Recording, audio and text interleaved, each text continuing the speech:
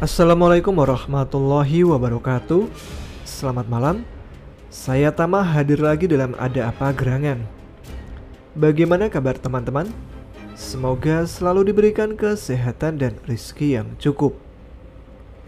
Setelah kemarin kita menyimak episode cerita tentang Mas Derajat, maka kali ini ada cerita yang tak kalah menarik. Karena ada kemungkinan berkaitan juga dengan sosok Mas Derajat dalam cerita ini.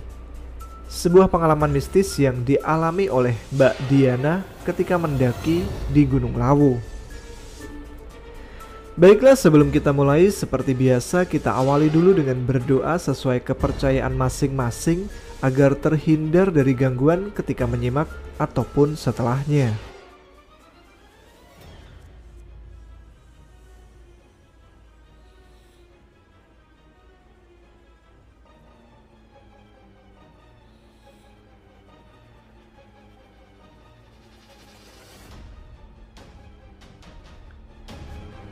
Berdoa selesai dan langsung saja kita simak cerita kali ini.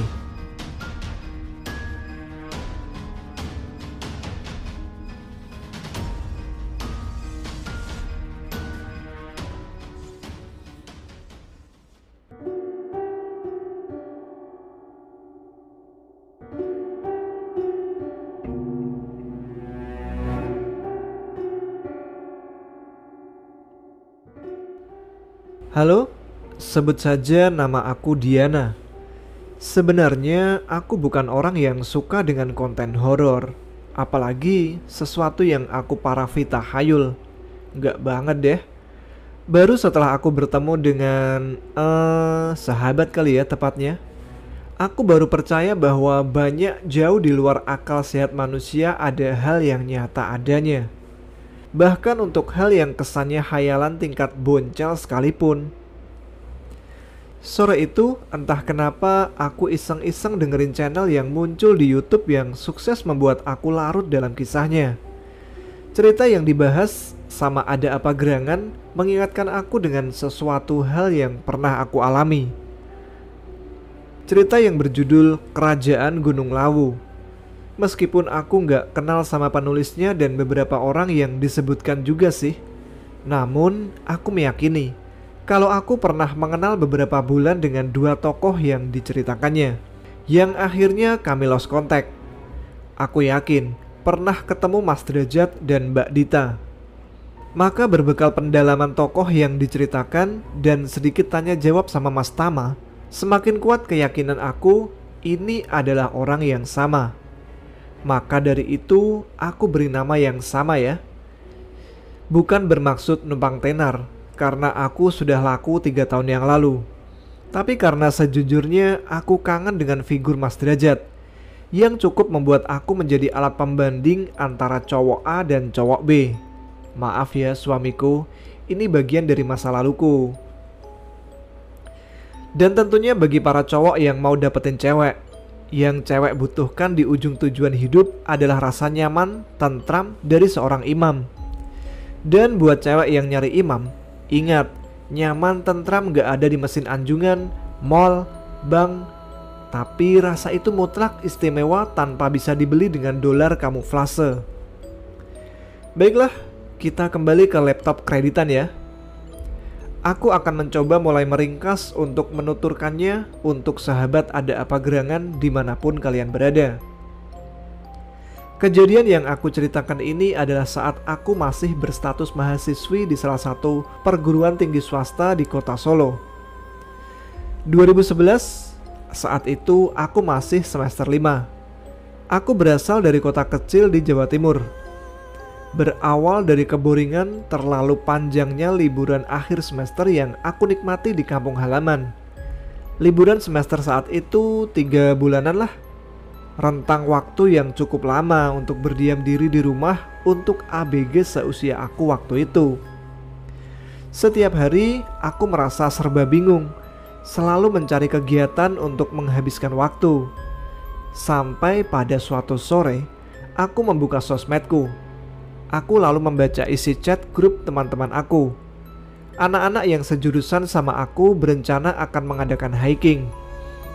Aku yang sudah diselimuti kejenuhan tingkat dewa merasa mendapatkan angin segar. Sore itu, aku langsung meminta izin sama orang tua aku untuk mengikuti kegiatan kampus. Orang tua aku pun mengizinkan, karena izin aku yang menggunakan nama kampus.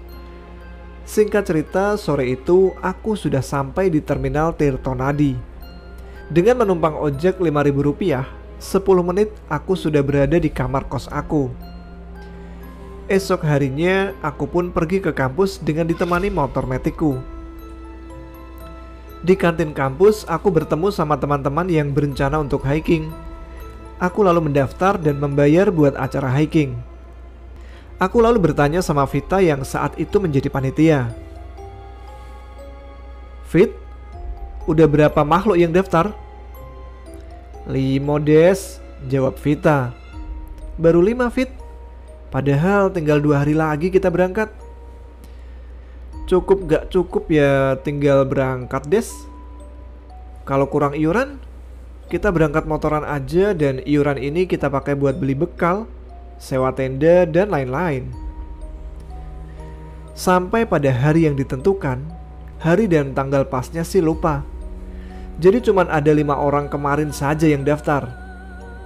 Ada aku, Vita, Nani, Japra, Karyo. Semua nama samaran ya. Dan kami putuskan untuk naik motor. Pagi itu kami gerak cepat untuk belanja dan menyewa perlengkapan camping. Sore jam 3 semua perlengkapan sudah tertata rapi dan selesai fase pengecekan. Tanpa mandi, kami langsung cabut menuju Tawangmangu yang bisa kami tempuh dengan waktu 2 jam. Sampai pos Cemoro Kandang sudah menjelang maghrib. Vita pun langsung mendaftar dan menyelesaikan prosesnya yang lumayan lama, sekitar 20 menit. Vita kembali dengan ditemani 2 ranger AGL. Mereka menyarankan untuk OTW subuh saja.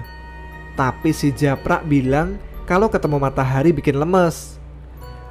AGL saat itu menyerahkan keputusan kepada kami semua dan akhirnya Vita putuskan untuk malam itu juga untuk OTW naik. Kami makan dan membungkus nasi sebelum mulai perjalanan. Sekitar jam 7 lebih sedikit, kami baru mulai perjalanan. Karena ada briefing dari AGL.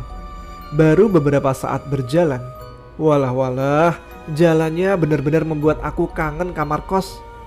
Karena gelap, serem, semakin lama semakin menanjak, dan sumpah merinding. Karena aku seolah berhalusinasi di antara pohon-pohon itu. Banyak sekali makhluk yang mengintip ke arah kami. Waktu terasa sangat lama sekali, dan kaki aku sebenarnya sudah sangat pegal. Lalu kami tiba di sebuah tempat seperti gubuk dengan kondisi yang sederhana. Di situ Vita mengajak beristirahat sebentar untuk sekedar minum dan yang cowok ini pada ngerokok.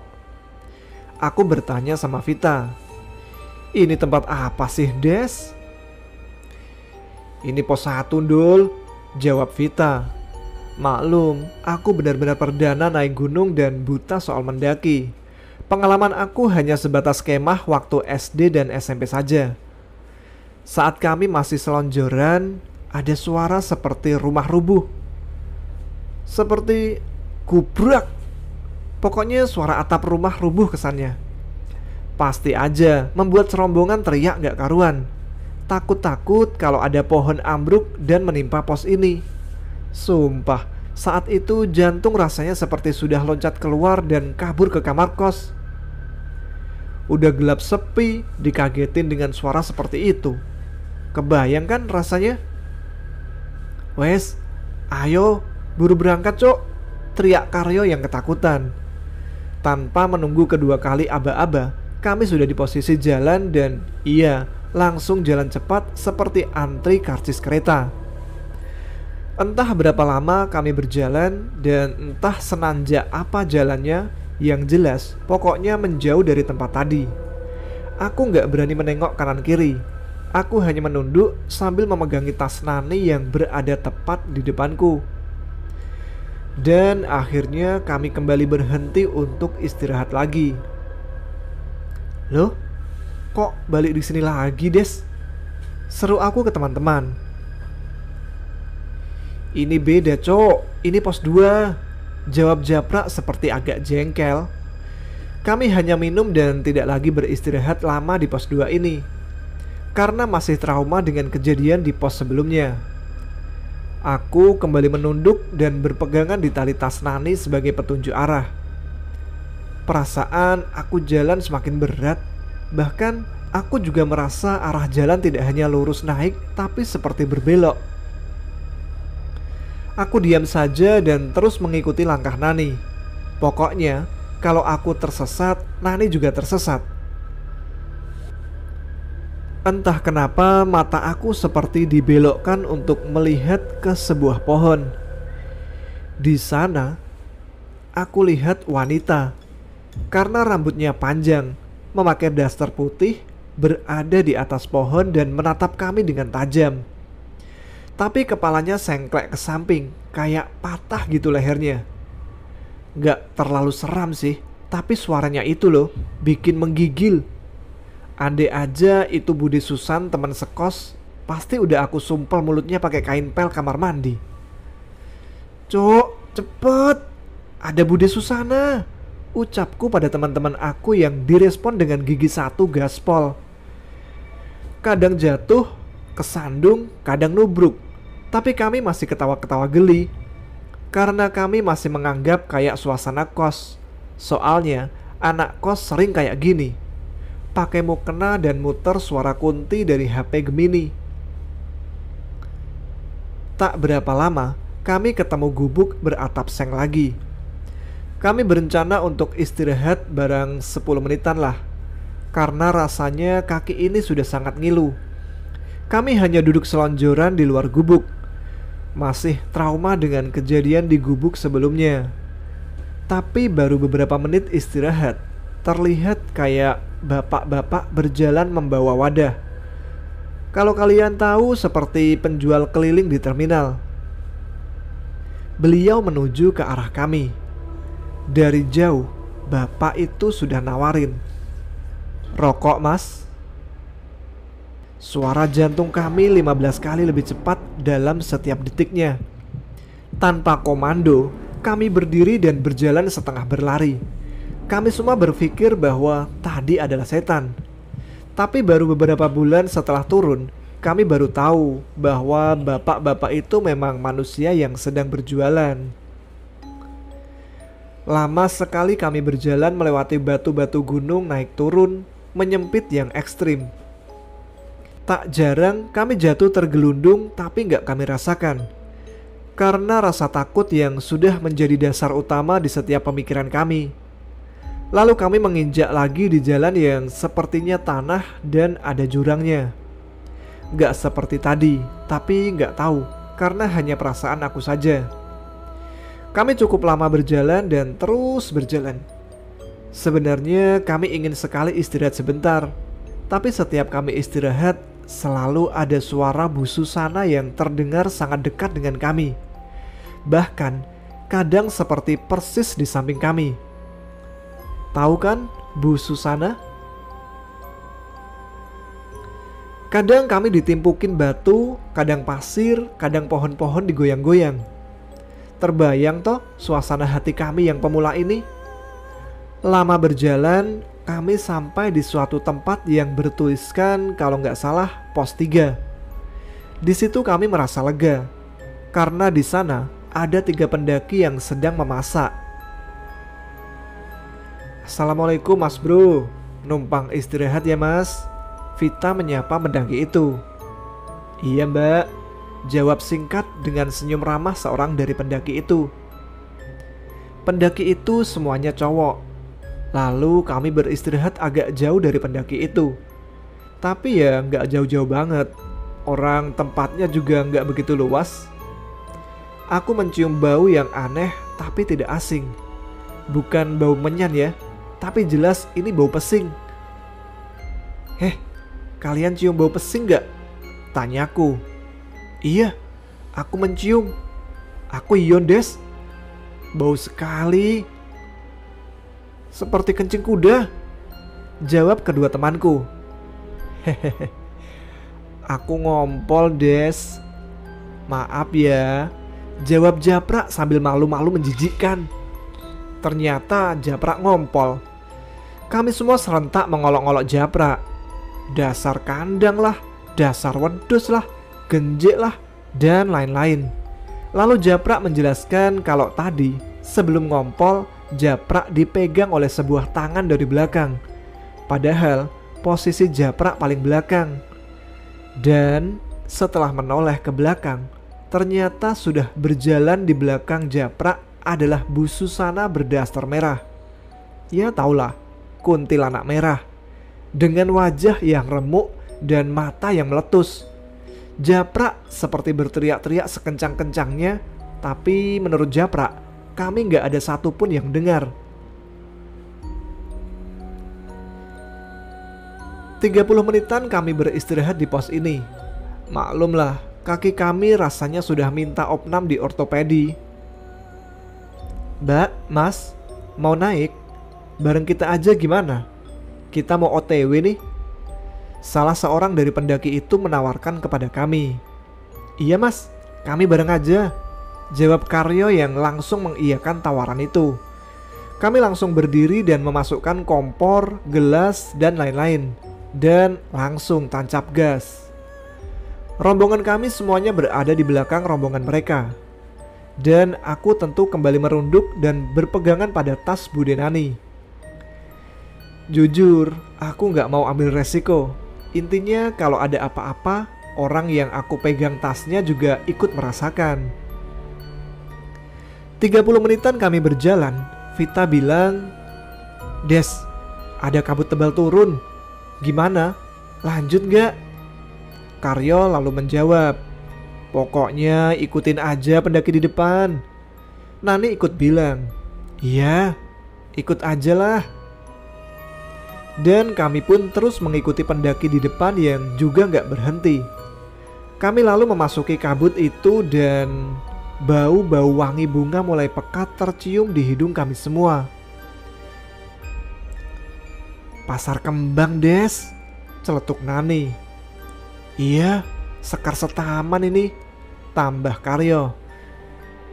Udah, diem aja, fokus biar gak ketinggalan, ucap Japrak yang kelihatan sangat takut. Karena memang mas-masnya ini tenaganya kayak double kabin.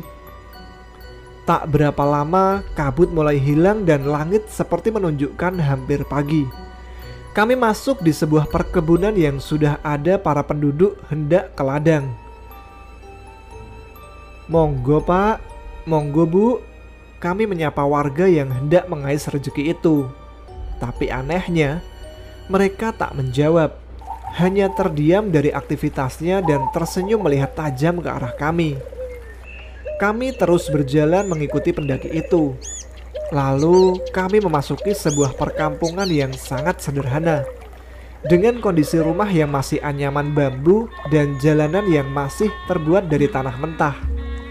Lalu kami diajak mampir ke rumah salah satu dari pendaki itu. Di sana kami mandi dan berganti baju. Kami tertidur sebentar, lalu dibangunkan untuk makan. Kami sih nggak menolak, karena kami sangat lapar. Selesai makan, kami melihat di sebuah rumah yang halamannya luas sedang menggelar acara seperti hajatan. Vita mengajak kami untuk melihat acara itu, karena sepertinya ada pertunjukan tayub. Kami juga melihat 3 pendaki itu menghadiri acara itu. Hei Des, gak sopan. Kita ini tamu, gak usah urakan, tutur Nani menasihati kami yang hendak beranjak menuju tempat itu. Akhirnya kami hanya duduk di emperan rumah sambil melihat dari kejauhan saja. Aku heran sama orang-orang yang berlalu lalang lewat di depan rumah. Tatapan mereka seperti kosong gitu. Cara bicaranya juga aneh. Gitu deh. Gak bisa diterjemahkan pokoknya. Saat kami menyaksikan tayub, ada seorang cowok sekitar usia 17-an tahun menghampiri kami. Yang selanjutnya kita sebut saja namanya Derajat. Mas dan Mbak ini mau kemana? Tanya Derajat. Kami semua hanya saling pandang, gak bisa menjawab pertanyaan dari Derajat. Sebenarnya aku mau bilang sih, cuman mendadak otak aku blank. Mulut pun seperti kena anestesi. Mbak, Mas, coba kalian istighfar, syahadat, dan sholawat. Setelah itu, baru kami sadar. Iya, kami sedang mendaki. Jawab kami sambil saling memandang. Kami ini di mana, Mas? Tanyaku. Kalian masuk ke alam yang gak seharusnya kalian berada. Ini bukan alam kalian. Seketika itu, kami semua menangis, mengeluarkan keringat dingin, menggigil, dan terbata-bata. Diampot arek mau. Udah kecapean, masih dipermainkan. Ucapan kasar Karyo yang emosi karena sadar kalau kami sedang dipermainkan. Aku melihat Vita yang saat itu menangis. Padahal aku belum pernah melihat sekalipun dia menangis. Meskipun Vita ini feminim dan cantik, tapi agak blow on. Alhasil sering deh keluar masuk jebakan biawak darat. Jadi air matanya kemarau. Derajat memberikan sebotol air mineral dan meminta kami minum. Kalian tahu ini di mana? Ini bukan alam kalian. Gak ya mas, aku jalan sama pendaki kok, ucap Japra. Mbahmu itu, ini di gunung, mbok pikir kampung. Vita membentak. Iya, setahu aku di Lawu cuman ada Mbok Yem, ucap Karyo. Gak usah ribut, ayo kita kembali ke alam yang seharusnya kita berada. Kalian ikuti aku ya. Jangan berbuat apapun jika nanti kalian melihat sesuatu yang janggal. Iya mas, jawab kami serentak. Kami berjalan mengikuti Derajat dan melewati tempat hiburan itu. Alangkah terkejutnya aku dan teman-teman. Yang kami lihat di tempat hiburan itu, semuanya makhluk dengan bentuk yang hancur. Ada yang matanya bolong, mulutnya keluar darah, kaki putus membusuk, tangan buntung, perut bolong penuh belatung. Pokoknya serba mengerikan. Aku dan semua teman aku sampai muntah-muntah yang disebabkan bau busuk dan visual yang kami lihat ini. Tadi kayaknya mereka manusia, setelah deket kok mereka seperti setan. Mbak, Mas. Suara seseorang terdengar sedang memanggil kami. Ternyata itu suara 3 pendaki yang tadi menuntun kami sampai ke tempat ini. Rasanya aku pengen banget menghajar 3 orang tadi. Jangan hiraukan, biarkan saja, ucap Derajat. Lalu 3 pendaki itu mengejar kami. Seketika Japra langsung lari ke depan dan berada di samping Derajat. Karena gak mau jadi korban, kami juga berlari ke depan berada di samping Derajat. Lalu Derajat berhenti dan berbicara dengan 3 pendaki tadi. Kalian mau apa? Tanya Derajat. Aku mau mereka bersama kami di sini. Mereka harus di sini, jawab salah satu pendaki tadi. Aku melihat ternyata wajah dari 3 pendaki tadi rata, seperti hanya datar tanpa ada ornamen apapun di wajahnya. Tapi di wajah itu mengalir darah dan nanah yang baunya luar biasa menjijikkan. Des, kamu lihat wajah 3 pendaki itu? Tanyaku. Iya, gak ada matanya dan gak ada yang lainnya, jawab Nina yang berarti bukan aku saja yang melihat. Sudahlah, kalian balik. Mereka tempatnya bukan di sini, ucap Derajat. Gak, mereka sudah kurang ajar di tempat kami.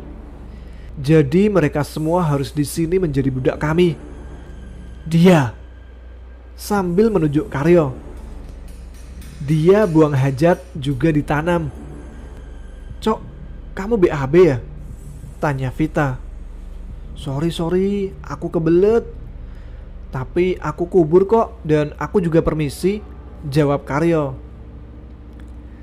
Pantesan dari tadi serasa berjalan sama mobil tinja. Ternyata kamu, ucapku jengkel. Karyo hanya menunduk malu dan merasa bersalah. Pokoknya nggak bisa. Mereka tetap harus di sini, jawab tiga pendaki itu memaksa. Derajat lalu mengulur tasbihnya. Lalu tiga pendaki itu mengerang kesakitan. Samar-samar pendaki itu hilang begitu saja. Ayo kita jalan, sudah gak apa-apa. Derajat mengajak kami berjalan. Kami berjalan lurus melewati kebun-kebun dan sampailah kami di depan pohon yang tumbuh akar lebat di ranting-rantingnya. Kalian lanjut lurus saja, gak usah memperdulikan suara apapun dan jangan menoleh ke belakang ya. Setibanya di tujuan kalian, gak usah cerita apa-apa dulu sebelum kalian turun ya. Assalamualaikum, ucap Derajat. Kami berjalan terus ke depan dan lurus saja. Meskipun banyak suara-suara aneh, suara tertawa, suara banyak orang yang meminta tolong, dan entah suara apa lagi. Aku penasaran melihat ke belakang. Dan aku sudah gak melihat lagi Mas Derajat. Des, Mas Derajat hilang Des. Pasti semua teman aku langsung menoleh. Dan Karyo saat itu lari-lari tanpa memberi isyarat sama sekali. Sontak kami semua juga ikut lari mengejar Karyo. Kami semua terjatuh, rasanya turun dari tangga, tapi kami lupa menginjak 3 anak tangga. Langsung seperti ke bawah gitu. Saat kami semua terjatuh, jatuhnya kami ini berbeda dari tempat kami berlari. Seperti di lapangan yang sangat luas yang ditumbuhi rumput ilalang tinggi-tinggi. Kami melihat ada lampu-lampu yang menyala redup. Aku mengeluarkan senter untuk menyorot ke arah lampu-lampu itu. Ya, itu adalah tenda-tenda pendaki. Dan di sini langit masih gelap. Aku lihat jam tangan. Jam setengah 11 malam. Aku bilang pada teman-teman. Mereka memberi komentar. Udah, biarin Des. Yang penting sudah selamat. Bener juga pikirku. Ketimbang tersesat di alam setan, aku pun gak mempedulikan jam lagi. Alhamdulillah kita selamat. Kami semua bersujud syukur kepada Sang Pencipta yang masih sayang sama kami. Kami saling menyapa ke semua pendaki yang ada di sana. Saling sapa dan kami juga dibantu mendirikan tenda. Mereka ini benar-benar peduli sama sesama pendaki. Terharu aku, baru kali ini aku melihat kepedulian yang natural. Kami memasak dan membuat kopi. Saat kami selesai memasak dan menikmati kopi di depan api unggun, aku melihat ada sepasang pendaki, satu cowok dan satu cewek. Dari kejauhan yang agak gelap, aku melihat wajah mereka yang lagi duduk di depan api unggun kecil. Ceweknya seperti keturunan Cina dan cowoknya ini kalau nggak salah adalah cowok yang tadi menolong kami. Itu adalah Derajat.